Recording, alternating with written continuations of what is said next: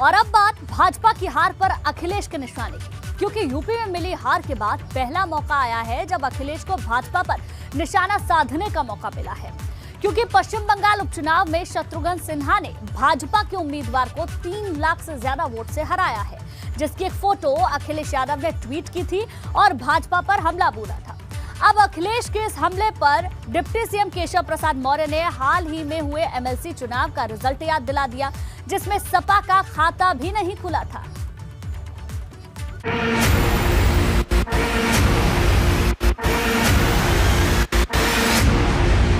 बेगानी शादी में अब्दुल्ला दीवाना, भाजपा की हार पर अखिलेश का निशाना।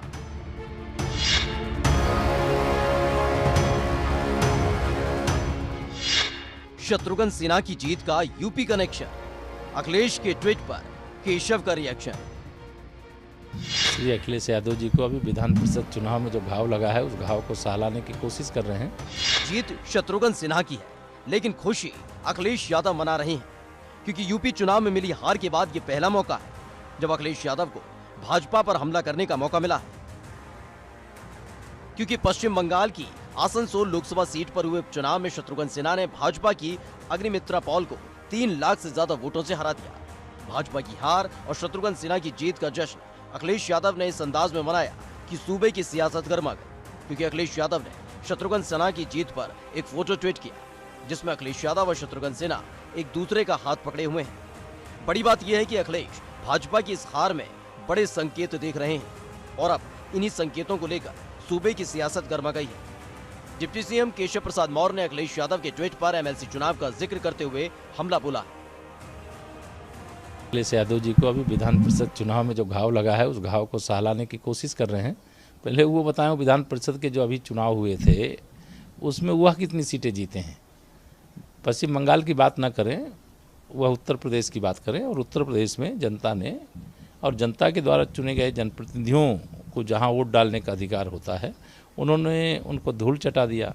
भाजपा को 33 सीटों पर जिता दिया।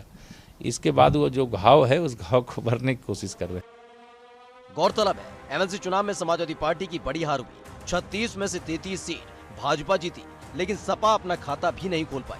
बड़ी बात ये थी कि समाजवादी पार्टी अपने उन जिलों को भी नहीं बचा पाई जब विधानसभा के चुनाव में सपा ने क्लीन स्वीप किया था। अखिलेश यादव ने आसनसोल लोकसभा सीट पर हुए उपचुनाव में शत्रुघ्न सिन्हा को मिली जीत पर ट्वीट कर उन्हें बधाई दी।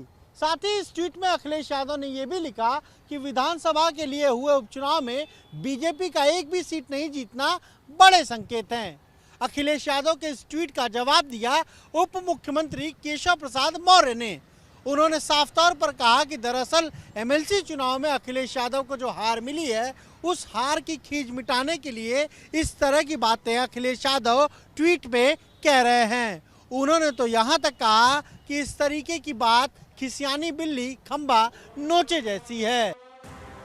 और अब बड़ा सवाल ये है कि क्या अखिलेश के ट्वीट में भविष्य की कोई रणनीति छुपी हुई है, क्योंकि यूपी चुनाव के आखिरी चरण के मतदान से पहले ममता बनर्जी अखिलेश यादव के समर्थन में प्रचार करने काशी आई थी। हालांकि चुनाव में सपा की बुरी हार हुई, लेकिन जानकार इन दोनों की दोस्ती में भविष्य की संभावनाएं देख रहे हैं, क्योंकि 2024 के चुनाव में अब सिर्फ 2 साल का वक्त बचा है। ममता बनर्जी तीसरे मोर्चे का झंडा बुलंद कर रही हैं और इसको लेकर देश भर में विपक्ष के कई नेताओं से मिल भी चुकी हैं। तो क्या मान लिया जाए कि अखिलेश यादव भी ममता बनर्जी के इस मोर्चे में शामिल होंगे? हालांकि इसको लेकर अभी तक किसी ने पत्ते नहीं खोले, लेकिन जिस तरह से अखिलेश टीएमसी की जीत में अपनी जीत देख रहे हैं, उससे एक बात साफ है, दुश्मन का दुश्मन दोस्त होता है। Bureau report, ABP Ganga.